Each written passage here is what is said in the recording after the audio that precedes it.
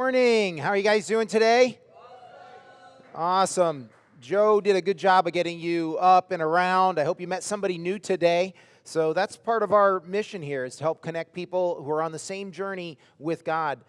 Today, I wanted to take you a little ways back to a story of when I was in college. I went to the University of Massachusetts, and that is a giant school. I mean, over 30,000 students, a bunch of residential areas, and I lived for the first year or two. They kind of require you, if you're a full-time student, to go to live on the campuses.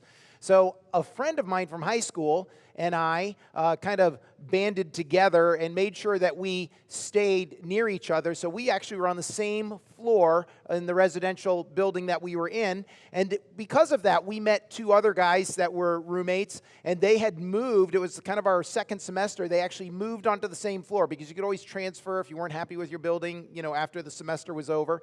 And so they moved onto the floor. Their names were Dan and Chris.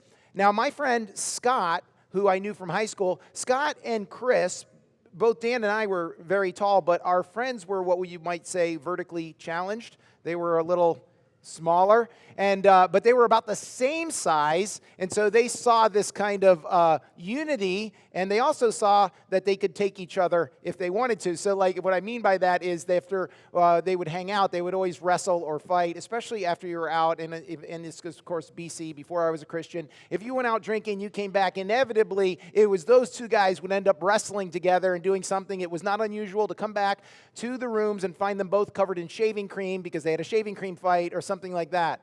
So one day, it was kind of like, I think it was like a Saturday. I don't even remember. It could have been a school day. We were just hanging out. I was in Scott's room, and so was Dan, and we're just talking. And then Scott leaves the room to go to the bathroom.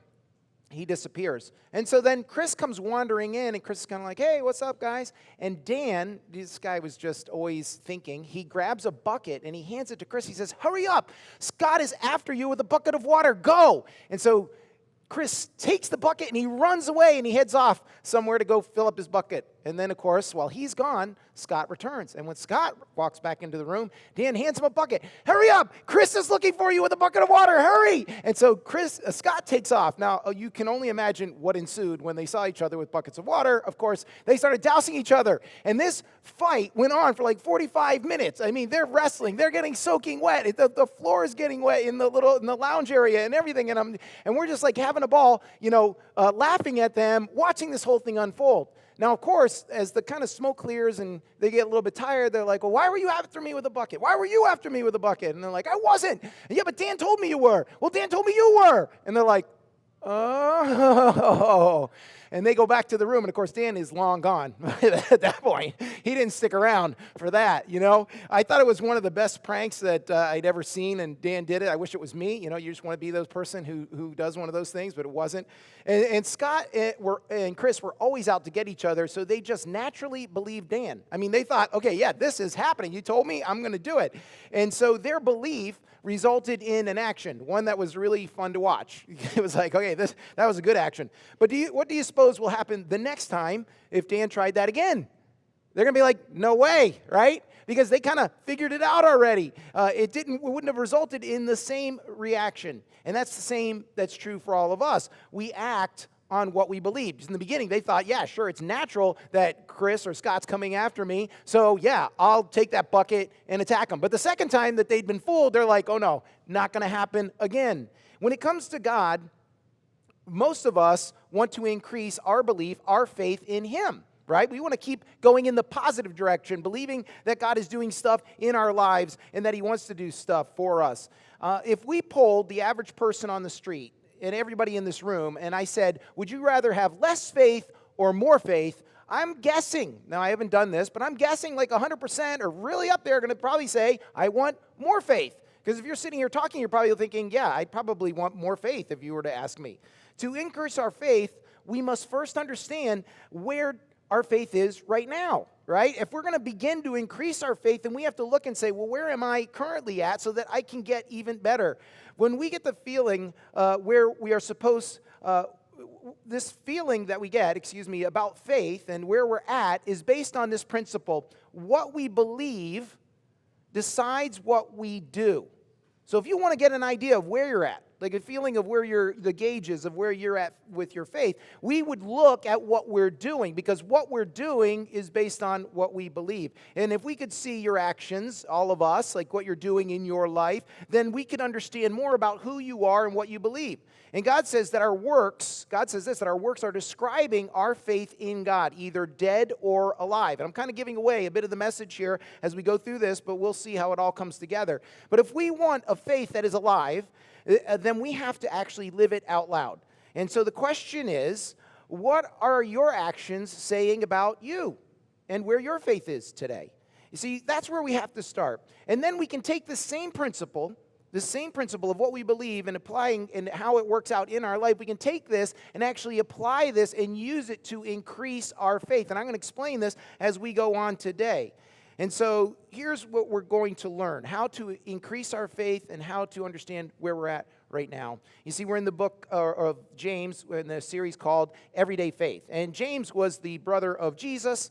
And so eventually James comes to believe in Jesus as the Messiah and as his Savior. And he rises up within the church. He is the leader of the church in Jerusalem. And then he writes letters to the people, the Jewish believers in all the other nations. And so as he's writing to them, his whole goal is not really to teach them more theology, but he's trying to teach them how to live out their faith, because each one of them is living in a different nation with a different culture, and they're struggling, as you can only imagine, to live their faith in that context, wherever it is that they're at. And so it's not unlike the followers of Jesus and what we experience today, because the gap between following Jesus and then what the culture says to us is getting wider and wider as we go through life, as we go through history. And so what James is saying to them applies just as much to us today, so that we can learn to apply our faith in our cultures regardless of where the culture is at. So perhaps one of the hardest things to do when you're in a different culture is to keep your faith when things can be difficult, isn't it? That's what we are saying. Hey, how can I keep the faith? How can I keep acting and keep moving forward?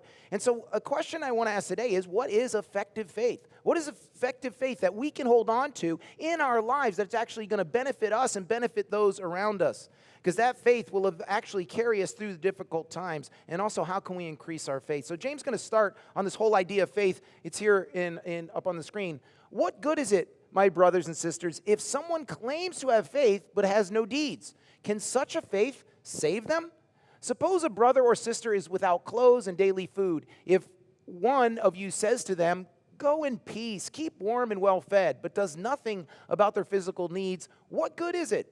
In the same way, faith by itself, if it is not accompanied by action, is dead. See, James begins with a question. He says, what good is faith without action? And then he poses another question. Can that type of faith even save us? Now, some people will say this is about salvation, and that might be true, but it can actually do anything that saves you or saves anyone or helps us in any way. This is the question that he begins with. And it's a rhetorical question, because the truth is, deep down, we probably all know the answer. Now, if you can pull out your outline, there's going to be some fill-ins that will really help this message stick. And so the first one is this: that faith that does not result in action cannot help you. A faith that does not result in an action can't actually help you and I. There is this section in the Bible called the Hall of Faith. It's found in Hebrews chapter 11. You can just jot that down, Hebrews 11. You can read the whole chapter sometime a little bit later, because it'll really help with making this message really help you understand it a little bit more and really enrich it when you take it home. But it's a list of all the people from the Old Testament that had great faith. This chapter begins, the chapter of Hebrews 11, verse 1, begins like this. Now, faith is the substance of things hoped for, the evidence of things not seen. Just leave that verse up for a couple seconds here. I love this. This is the King James Version. And he describes faith as a substance, like something real, something tangible. He says it's an evidence also of things that we don't see. So if we don't see it, it's an evidence. That means it has to be something we can touch and something we can actually see. So he's like, this is what faith really is. Starting off this chapter, the writer of Hebrews is like, faith is not what you think it is. Because most of us think that faith is something spiritual or intangible, don't we? We think it's like what we believe, or it's a trust or a confidence. But that's not what the writer of Hebrews is actually saying. He's actually saying it is an action. It's something that we do. You can actually touch it. It's tangible. You can feel it. You can see it. And that's what faith is. And when we see that, we go, wow, what does that mean? Because the verses that we're reading in James and these verses that are in the book of Hebrews are really describing that our faith is really an action. Because in the book of Hebrews, he's just going to keep going on and on. He starts citing person after person and what they did, the action that they took. He says, by faith, Abel offered a better sacrifice. By faith, Noah built an ark. He didn't see the rain. The Bible tells us that it hadn't even ever rained on the earth before. Not that they didn't have an ocean, but he's building it in the middle of nowhere. And says, by faith, Abraham left his home and went somewhere. He said, by faith. All these people, he says, by faith, and then he equates it to an action. You know, sometimes I wish my kids had more faith. It's true. It takes forever for us to get out of our house when we intend to go somewhere. Just yesterday, we wanted to go to the beach, and we intended to go about 2 hours earlier than we actually left. And you know why that is? Because whenever we're about to leave, my wife or myself will stand up and we will make an announcement. We are leaving in 10 minutes. Please get your shoes on. Please make sure your hair is neat. You've got your clothes on, and get your water bottle. Do you know kids need a water bottle constantly? I didn't know this, but they will harass you if you don't have water. They'll make you pull over and buy one. So we're like, get these things. Now, I say that, and I see a little bit of movement happening, and I'm like, okay, I guess this is working. 10 minutes later, I look around, and nothing has changed. And so I make another announcement. I repeat it. We're going to be leaving. And you know what happens? Nothing. Not a single thing happens. I'm like, do you kids really believe we're leaving? Like, you're just hanging out. I don't know what it is that you're doing. You know, everyone knows this, that when you have kids, and that's all you have to say, by the way, if you show up late to any place and you're like, hey, you know, we expected you like 10 minutes, a half hour, an hour earlier, and you're just like, I got kids. And they're like, oh, okay, say no more, right? Because they know. Every single one of us wish our kids had more faith. You know what happens usually is it's not until my wife and I are in the car backing down the driveway that all of a sudden we hear the screams, ah, don't leave us, don't leave me, you know, and I'm like, just once, I want to pull that off. I just want to leave and go and not return for like an hour and just spend peaceful time with my wife and then come home to the kids being, I'm so sorry, we'll never do it again, right? I'm like, okay, just getting my frustrations out. I want them to have more faith that we're actually going to leave. Do something about it, right? That's what we all want, and we understand that when we see that in our kids, right? You see, it's when they fully believe that they take action. It's when the car's backing out the road that they're like, oh, this is really going to happen. That's when they start doing it. Before that, their faith was what? Useless. They might have been, yeah, I know we're leaving, but they're not doing a single thing about it. You see, James creates a scenario of someone in need. That's what we just read. He's like, there's this person, and he's in need. And so much need that they don't really have clothes or food. I mean, these are the essentials for life. It's not just like, hey, brother, can you spare a Coke? Because I would really love something sweet. No, he's like, he needs water to live. He needs some clothes. And he kind of says, this guy goes up to him, and he just says, hey, brother, be blessed. I hope God does something good for you. Let me pray for you. See you later. And doesn't do a single thing. He goes, does that really make a difference in that person's life? You see, our faith, especially as Christians, demands that we actually do something about it. But it would be useless faith if we actually did nothing. It wouldn't result in any change or anything. And that's why he says, your faith without works is actually dead. It's no good. It's useless. It's not helping you. It's not going to help anybody else. And the Apostle John gives like a similar scenario. He's a totally different apostle writing in a letter of his own. He's looking on at the action, a similar situation, and he says, not only that, it's telling us whether your faith is good or not. Not just, like, is it dead or not, but whether it's actually good. Listen to what he says. Go ahead, put it up on the screen. He says, but whoever has this world's goods and sees his brother in need, it's like the same scenario, and he says, and shuts up his heart for him, how does the love of God abide in him? You say you believe in God and that you love God. He's like, but how can you do that? How can that even be in your heart if you're just going to keep moving on? He says, my little children, let us not love in word or in tongue, but in deed and in truth. John's like saying the same situation. He's like, how can that faith even be real inside of you? And our faith is useless if it doesn't prompt us to act. So James is telling us that faith that does not result in action is actually dead. It's worthless because it doesn't help you. It doesn't help me. Because dead faith does not change our lives or those around us. So we talk about faith, we talk about belief, we talk about the things that we adhere to. However, we have to ask ourselves, does it actually translate into some type of action? This is the foundation of faith. And as we move forward, you're going to see what I'm talking about. Because you might be saying, John, I thought we were talking about growing in faith, but like this seems a little bit different. But this is the basis of faith. If we can't start here, then how are we going to grow in our faith? You see, all of us have heard the critique when it comes to Christians and when it comes to churches. You've probably worked on a person that you wanted to invite him to church, you wanted to know the Lord, and then you say something like, hey, would you come to church? And maybe you've gotten this response before, listen, I don't go to church because it's full of hypocrites. Right? Have you heard that before? Like, I'm not going to go to church because it's full of hypocrites. What are they saying? What is someone saying at that time? Because I don't think the person is saying, I don't really want God. They're not saying, like, I'm not that interested. Maybe they are. Maybe it's just an excuse. But I think what they're also trying to say is that we want people that actually live what they believe. Show me that you're actually living your faith. Then I'll believe that you believe it, and then it will be contagious to me. So he's like, hey, listen, if you can start there, then maybe I'll believe that too. If your faith doesn't do anything, then ultimately it won't be effective in our lives. Because when we believe something, it will actually change our actions. And that's what James is going to continue to say. Listen as he gives us this example. Go ahead.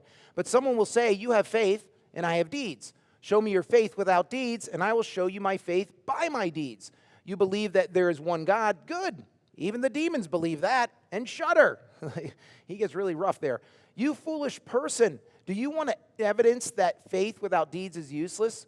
Was not our father Abraham considered righteous for what he did when he offered his son Isaac on the altar?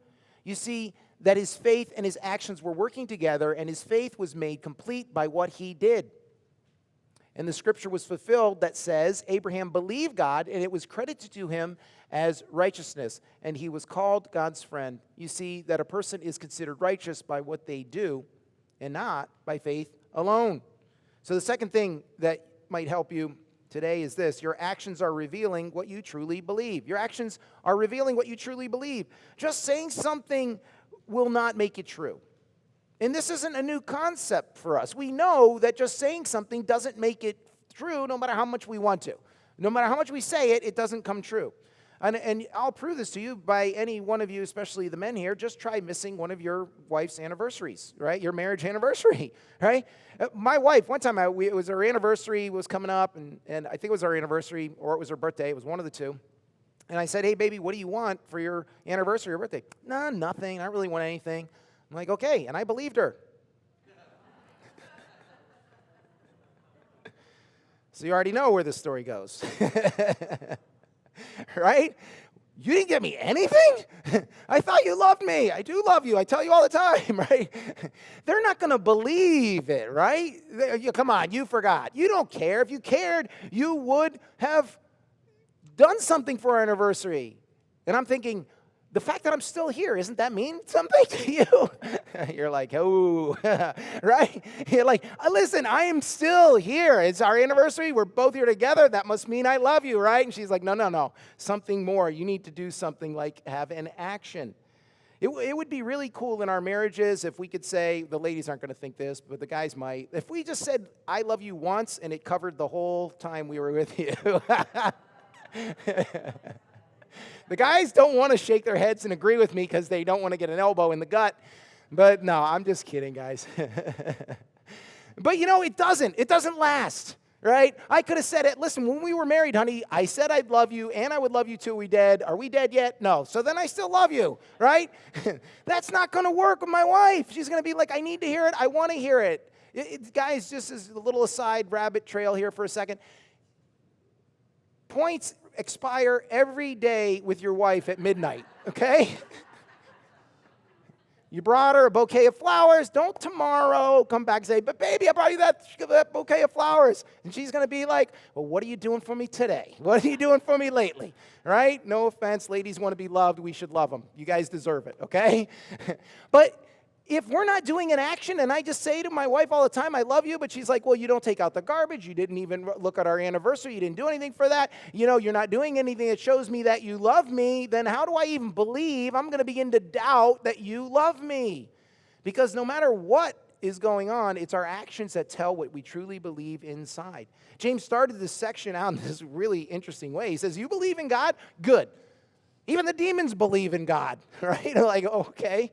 So where am I? Am I like, I believe in God, demons believe in God? Am I on level with demons right now? Right? Like the demons actually have really great theology. They believe in the God of heaven. They believe that there's a judgment coming. They believe in the Son of God. We see that in the scriptures when demon-possessed people confront Jesus. They even believe that there is going to be a kingdom that's coming. But just saying you believe in God doesn't really do anything if it's not translated into something else. You see, believing in God and believing God are two different things. Believing in God means that you embrace that there is a creator out there that maybe created everything and is ruler over everything, whatever our vision is of God. That means that we believe that there is believe in a God. But believing God is another totally different thing. And that means that we put our trust in the Word of God and the promises of God, and then that alters our behavior, right? Because I'm now not just saying God exists, but I'm putting my trust in that God. I'm going to do what you say, God, and believe what you're saying, and then that's going to cause me, of course, to change my behavior and have some type of action. Demons believe in God, but it doesn't produce any work, any good work. The only thing it produces in them, and I love it. I love what he says because it's kind of a subtle thing there. He says, they shudder and they tremble. Right? Because they're like, there is a belief. They're not doubting that there is a God, but they're not going to apply it to an action that follows him. Instead, they're going to shudder in fear because they know something is coming at the end. And I guess the question we could ask ourselves is, do we want to have demon faith or do we want to have dynamic faith? Like, none of us are like, yeah, let's put the demon faith on the shelf. I'm not good. I don't want that. What we do with our faith reveals a lot more about ourselves than what we actually say. James uses this Old Testament example. He goes from the demon faith and he starts talking about, well, let me give you a good example of what I'm talking about. And he brings in this guy, Abraham. And Abraham was the father of all Israel. Because of him, God gives a promise to Abraham. And he says, and Abraham, by the time when God shows up in this moment, Abraham's like 90 or 100 years old. And his wife is maybe just a little younger than him, maybe in her 70s or 80s, right? And so he comes to Abraham and he says, hey, Abraham, you're going to have a son. And Abraham's like, yeah, right. I'm going to have a son. And my wife, we're going to have a son. We're like past that time. And he's like, no, you're going to have a son. You're going to call him Isaac. And in Isaac, I'm going to bless all the other nations. That's what's going to happen. So Abraham believes this about God when he gives him this promise. But then after they have Isaac, and Isaac starts growing, and he's like a young man, and God shows up again, and then he says to him now, Isaac, here's something else I want you, or God, Abraham, here's what I want you to do. Now I want you to take your son Isaac and I want you to sacrifice him on the altar. What? Are you kidding me? Like, I'm looking on at this, and probably all of us the same way. Like, God, are you crazy? You're asking him to sacrifice his son? First off, that's a really sick, disgusting, cruel, and crazy command. But Abraham looks on, and Abraham, he had already received the promise, and he believes somehow that something's going to happen. Like, all right, most of us would probably be like, no way, not going to happen, not going to do it. I'm sorry, I stopped following you now, God. That's just it. I unfollowed you. I'm not going to follow you again. And so, because this is too much for us, but Abraham somehow believes that, you know what, you did tell me a promise, and my faith is in that promise. So whatever action you're telling me to do right now, you must have a reason for it. In fact, the book of Hebrews, the writer of Hebrews, who writes the Hall of Faith, and in the Hall of Faith we read this, listen to this. By faith, Abraham, when he was tested, offered up Isaac. He actually takes him and goes to offer him, and he who had received the promises offered up his only begotten son, of whom it was said, in Isaac your seed shall be called, concluding that God was able to raise him up even from the dead, from which he also received him in a figurative sense. Because in his mind, what he's saying here at the last part is like in his mind, Abraham said, okay, I'm going to sacrifice him. I did it. I committed to this. So figuratively, Isaac was gone. But if you know the story, he doesn't actually end up sacrificing him because he goes to do it, raises the knife to do it, and the angel stops him and keeps him from doing it. But I want you to see something else. I kind of got a little ahead of the story for a minute because some of you may want to know the end of the story. But Abraham believed God would prevail and that his son would live. So look at what happens next, the very next day. I mean, imagine you hearing that. Go sacrifice your son. This is what happens. It says, so Abraham rose early in the morning. So he hears this command, and he's like, all right, next day, gets up early and saddled his donkey, and he took 2 of his young men with him, and Isaac his son, and he split the wood for the burnt offering, and he arose and went to the place which God had told him. Next slide. Then on the 3rd day, Abraham lifted his eyes and saw the place afar off, and Abraham said to his young men, those that came with him, stay here with the donkey, and the lad and I will go yonder and worship, and what? We will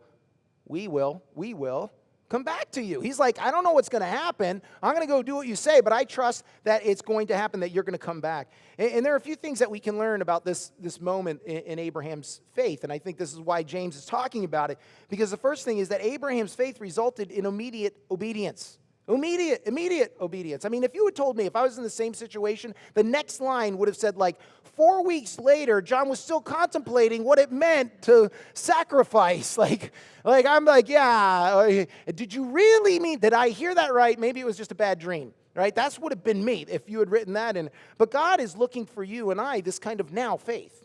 I mean, even in the example where you see the brother who's in need, he's like, you got to act now, basically. You don't wait to act. You don't, like, come back 3 weeks later. You go, okay, you're in need. I'll go to the store. I got some cash. I don't know what it is. Maybe in your trunk you got water, whatever. But you're like, I'll take care of the need right now. And he's saying there's a now faith that you and I need. And that example of Abraham is like he didn't question it. He rose early.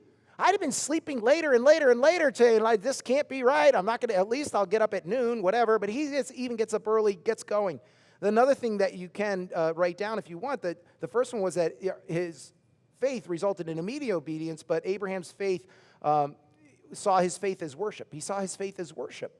This is the first area of Scripture, the first time the word worship actually appears in the whole Bible. And it's used in conjunction with this idea of sacrifice. Worship's not necessarily singing songs. If you take the first worship definition of it, it actually means to sacrifice. It's releasing my will and embracing God's will for my life. And that's what the faith is, that, yeah, I got all sorts of plans, or I think I know the answer, or like, listen, if we do it this way, it's going to turn out better. But instead we go, you know what, I'm just going to ditch my stuff, and I'm going to trust you, God, even though maybe it doesn't make sense in the moment. Another thing is that Abraham believed the promise. He tells his men, we will come back. Both of us will come back. Somehow Abraham believed, he's leaving, I'm going to sacrifice my son, but when I come back, he's going to be with me. Because he believed the promise that God said, your descendants will be blessed, and they will multiply, and it will all come through this one child. So he fully believed God's promise that Isaac would be delivered. You see, there's something interesting that's going on. And what really happens here in this moment when he gets stopped from sacrificing his son is then it says that God himself said, I will provide myself a sacrifice. You see, they're on this place called Mount Moriah, and Mount Moriah is actually what in the future is going to be called Golgotha or Calvary. And it was a picture of God sacrificing his own son for you and me. The word love, take your son, your only son in whom you love, is the first time love actually appears in the Bible also. And it's a love that a father has for his son. Like, I don't want to give this guy up at all. And he shows this because it's more than just Abraham being obedient and seeing that Abraham's faith was real, because he'd already said that he accounted it for righteousness. Abraham already did some things, moving from where he was into the land of Canaan and leaving all of his friends and family behind to trust God and take him to go wherever God took him. But this was something else, because God wanted to paint a picture for you and me. The love of God is like the love that a father has for his son, and that he would give him up for us, each and every one of us. You see, Abraham's actions demonstrated what was truly in his heart, what he truly believed, where he was putting his trust. What we do say says far more about the authenticity of our faith than what we believe. And we all know this. We've seen it before. What you say doesn't mean as much as what we actually do. They say if you want to know what's truly important in someone's life, just look at their checkbook, right? Maybe you don't have a checkbook. Look at your bank account, right? And what are the entries? What are the things we're spending our money on? Is it your home? Is it your kids' education? Is it your car? Is it your boat? Is it food, dining out all the time? Is it your vacations? Is it gifts for your wife? What would it say? And only you know what your bank account says, but those are the actions that we're actually taking in our life. And that's why sometimes they say that is because if we could see where you're spending your time and your energy and your resources, that would tell us what's truly important in your life. We would probably all say that we have good intentions, right? When I think about the things, even when I make mistakes, well, I didn't mean to do that, right? I had a good intention. But our actions indicate what's truly important enough for us to act upon it. See, it's our actions that prove that we believe, and everyone knows that. Faith isn't what we say, it's what we do. And our actions are not just showing others what we believe. They're not just showing the other people that are looking on. They actually should be showing us what we believe. Did you ever stop for a moment and just look at your life and say, what are my actions telling me?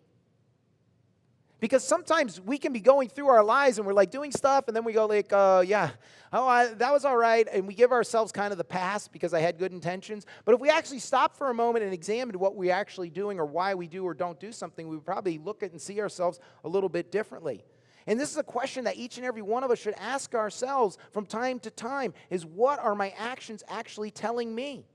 Because inside me, I'm doing awesome. Because my intentions, they're like, you're doing great, John. You're awesome because you're feeling good about everybody. But it's what I actually do that's telling me what's really most important.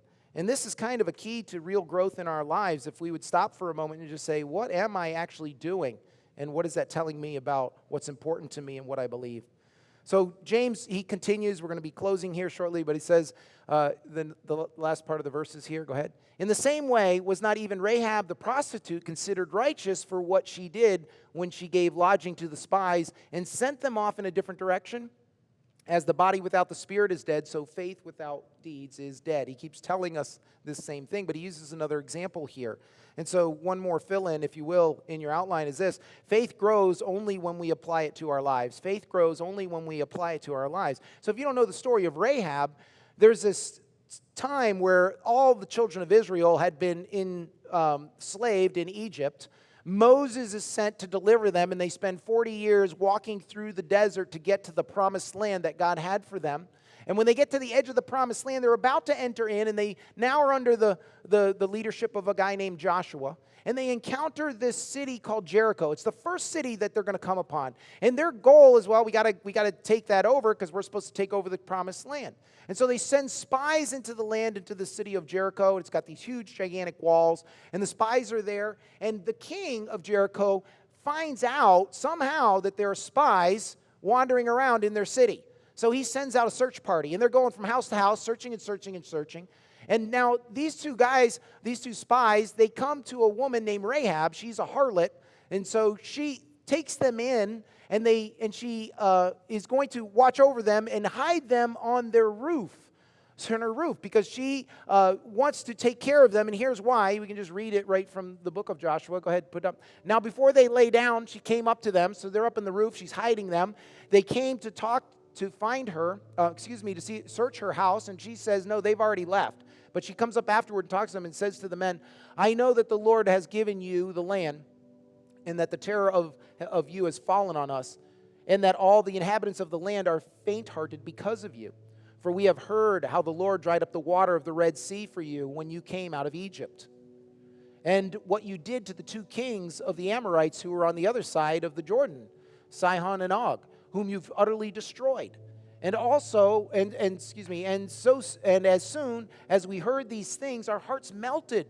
Neither did there remain any more courage in anyone because of you. For the Lord your God, He is God in heaven above and on the earth beneath. Now, therefore, I beg you, swear to me by the Lord, since I have shown you kindness, that you also will show kindness to my father's house, and give me a true token, and spare my father and my mother, my brothers, my sisters, and all that they have, and deliver us, our lives, from death. Go ahead, next slide. So the men answered her, our lives for your lives. If none of you tell this because of this business of ours, and it shall be when the Lord has given us the land that we will deal kindly and truly with you. So she kind of makes this bargain with him, but I love what she says. We've heard the stories. I mean, That was 40 years ago that the Red Sea parted. I mean, the defeat of the kings was more recent, but she's like, man, we're scared. We believe that there's a God out there, and that we believe that that God is with you, and she decides that she's going to take action. Her action didn't just prove to others that her faith was real, but it proved to Rahab that God was real. Right? Think about that. She puts her faith. I'm going to trust you. You're going to trust me. I believe you're going to defeat this city. I mean, they could have come into the land and not defeated the city. But she believed it was going to happen. And when it happened, it proved to her that her faith was real. You see, when Jericho was defeated and her life and her family was spared, her faith was now firmly established. But it really didn't end there. Because what happens is after they defeat the city and they spare the family, her life becomes even more transformed in that she was once a harlot and husbandless, but then this guy who's now they're being protected by the Israelites, a guy named Salmon decides, I'm going to actually marry you. And so now she finds a husband among the people of Israel. And so God's like, I'm stepping it up for you, another step. And then she has a son named Boaz. And her story gets even better from there. Because when we look at Rahab later in life, we see that she actually becomes part of the family tree of the Messiah, Jesus Christ. Listen to what it says in Matthew when we're reading the genealogy of Jesus. It says, Salmon begot Boaz by Rahab, and Boaz begot Obed by Ruth, and Obed begot Jesse, and Jesse begot David the king. She's in line with the king of David simply because she put her faith in God, and then he began to step it up. And when she saw that that was proved true, it continued to grow. The funny thing about faith is that we tend to believe what we see. Isn't it true? And we've heard the saying, I'll believe it when I see it. So when we see things, we tend to believe what we're watching. If we don't act on our faith, if we don't act on what God tells us to do, even if it's simply as helping somebody who's in need of help or something greater, then we'll see no result. And when we see no result, what will happen is we won't try or step out in that regard again. We'll step out even less.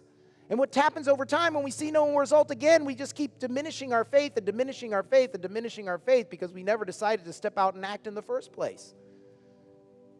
And when we started this message, most of us would probably say, I want more faith, not less faith. So we're kind of going in the wrong direction. Our faith is becoming weaker. You see, just saying that we are faith will never profit us. It'll never profit us.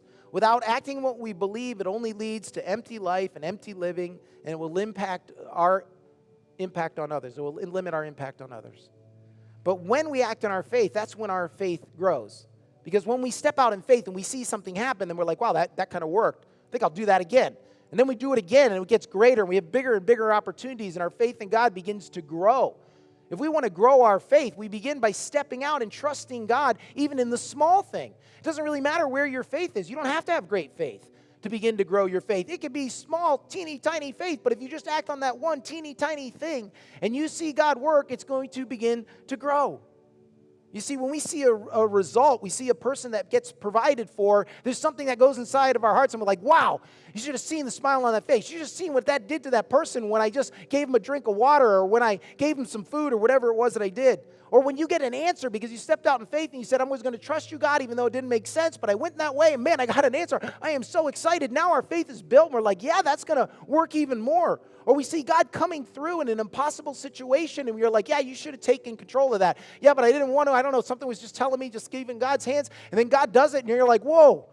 And the next time you're more willing to do it. Now you're on a different cycle. You're not on the downward cycle. You're on the upward cycle where your faith continues to grow. If you want your faith to grow, you simply start acting in faith in what little area or big area, wherever it is that you're at right now.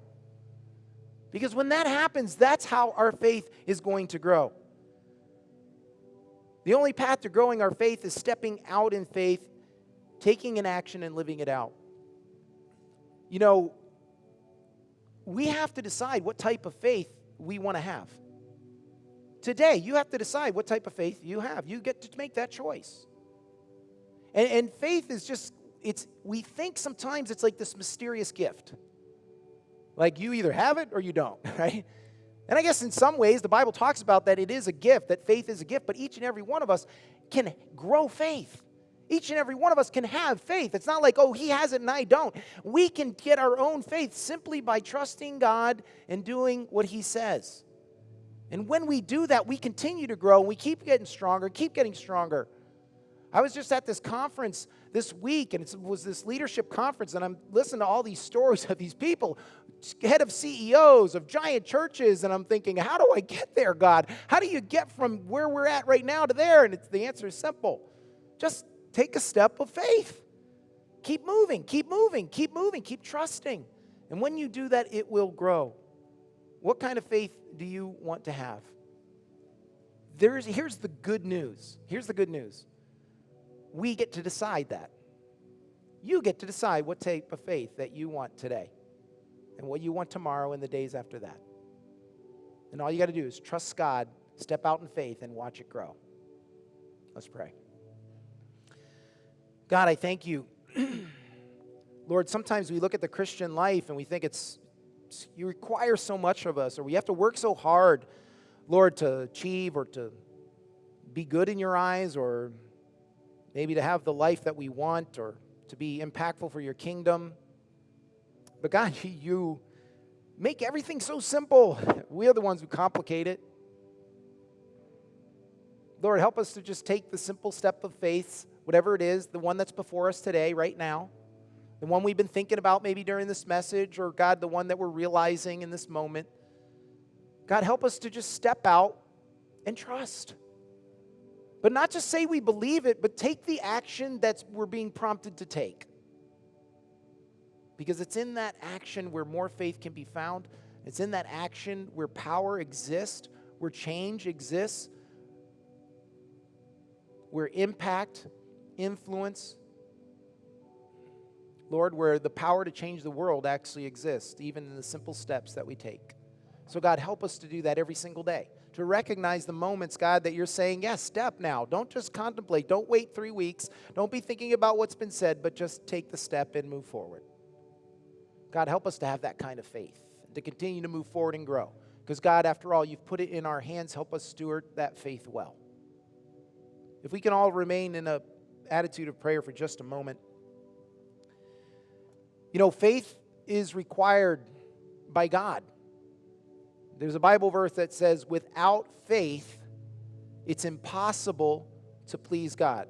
Because we must believe that he is, and that he's a rewarder of good things.